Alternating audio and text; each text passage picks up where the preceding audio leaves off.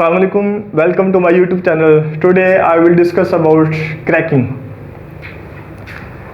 Cracking मतलब word भी show कर रहा है किस चीज़ को ब्रेक करना है। अब वो कौन सी चीज़ है वो हम देखते हैं नेक्स्ट किस बारे में बात करता है। इसकी डेफिनेशन से हमें पता चल जाएगा।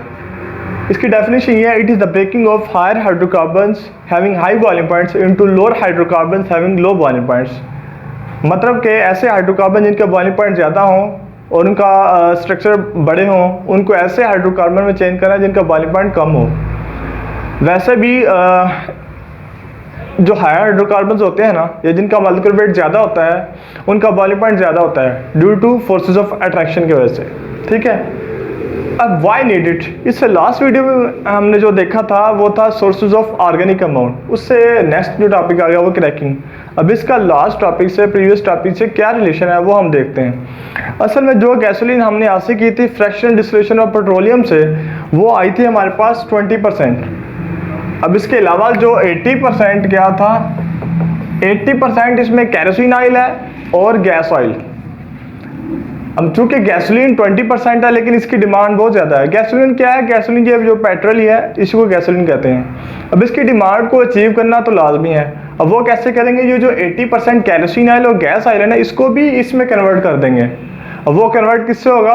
वो क्रैकिंग से ही होगा। ठीक है, तो ये इसकी ज़रूरत थी क्रैकिंग की। अब इसकी एग्जांपल क्रैकिंग की ये मैंने राइट डाउन की हुई है। C6H34 उसको हीट किया 700 डिग्री सेंटीग्रेड पर, और ये हमारे पास हेप्टेन आया, ये प्रोपीन और इथीन। ठीक है, 3 प्रोडक्ट आए हमारे पास। ब्रेकिंग हुई है ना, इसकी ब्रेकिंग हुई तो हमारे पास 3 प्रोडक्ट आ गए। ये हायर हाइड्रोकार्बन था, इसका बॉइलिंग पॉइंट ज़्यादा था, into lower hydrocarbon having low boiling points. ठीक है, ये क्रैकिंग है। अब हमारे पास प्रोडक्ट्स क्या आएंगे ये वाले, मतलब इनकी कंपोजिशन क्या होगी, ये डिपेंड करता है कंडीशंस पर। कंडीशंस हमने क्या रखी हुई हैं?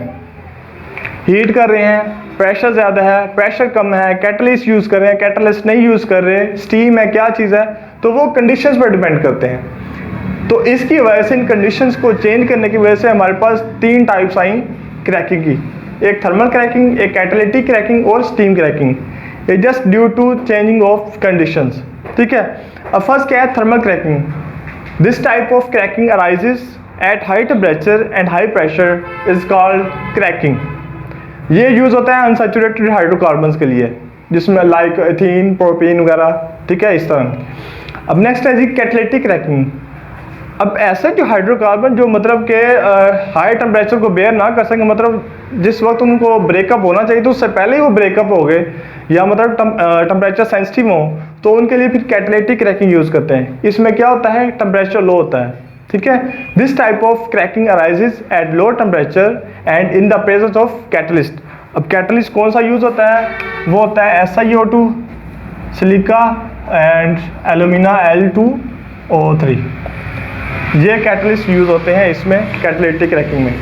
कैटालिटिक क्रैकिंग यूज़ होती है गैसोलीन की प्रोडक्शन के लिए। ठीक है, अब थर्ड वन क्या है? Steam cracking. स्टीम किसे कहते हैं? स्टीम जब वाटर को बॉयल करते हैं या हीटअप करते हैं तो उसमें जो वेपर बनते हैं ना, भाप, वो होती है स्टीम। ठीक है, अब इसके लिए क्या है, जो हमारे पास क्या कहते हैं हाइड्रोकार्बन है, उसको हम पहले वेपराइज करेंगे, वेपर फॉर्म में लेके जाएंगे, फिर उसको स्टीम के साथ रिएक्ट करवा देंगे।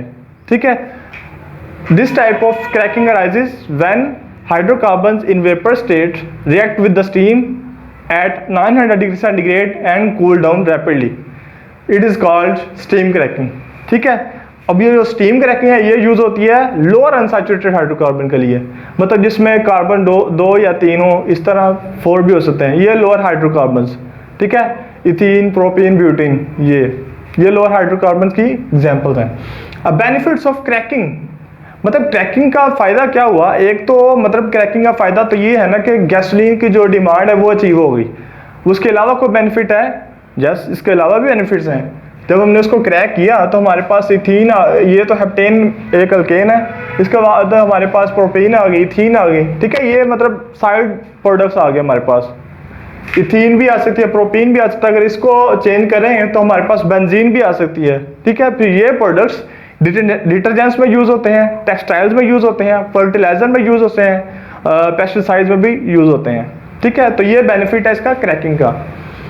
अब नेक्स्ट जो हम वीडियो देखेंगे वो है रिफॉर्मिंग पे, ठीक है। So stay tuned, stay distant and stay happy. Thank you.